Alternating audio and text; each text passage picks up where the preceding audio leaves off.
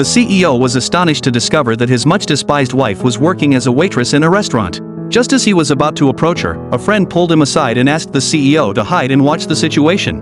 The CEO saw his wife diligently cleaning the tables, with calluses and scars all over her hands. This changed the CEO's perception of his wife. Their marriage was originally arranged by their families, and the CEO always thought his wife was a money-loving gold digger.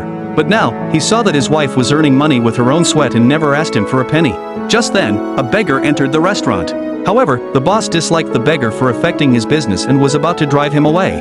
But the wife, without the slightest disgust, walked over and led the beggar to a seat, telling the boss that this was her relative.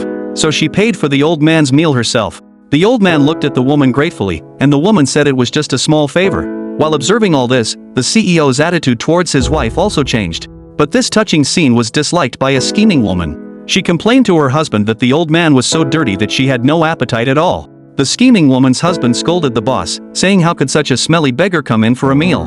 The woman stood up and scolded them, saying they shouldn't treat an old man like this.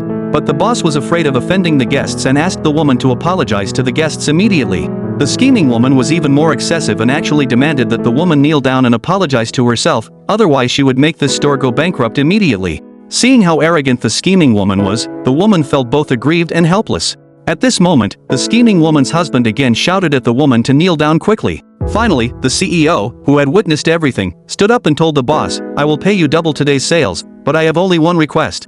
As long as you make these two scumbag couples leave." The scumbag man didn't know the CEO's identity. Even though the boss pleaded with the man, he felt completely humiliated.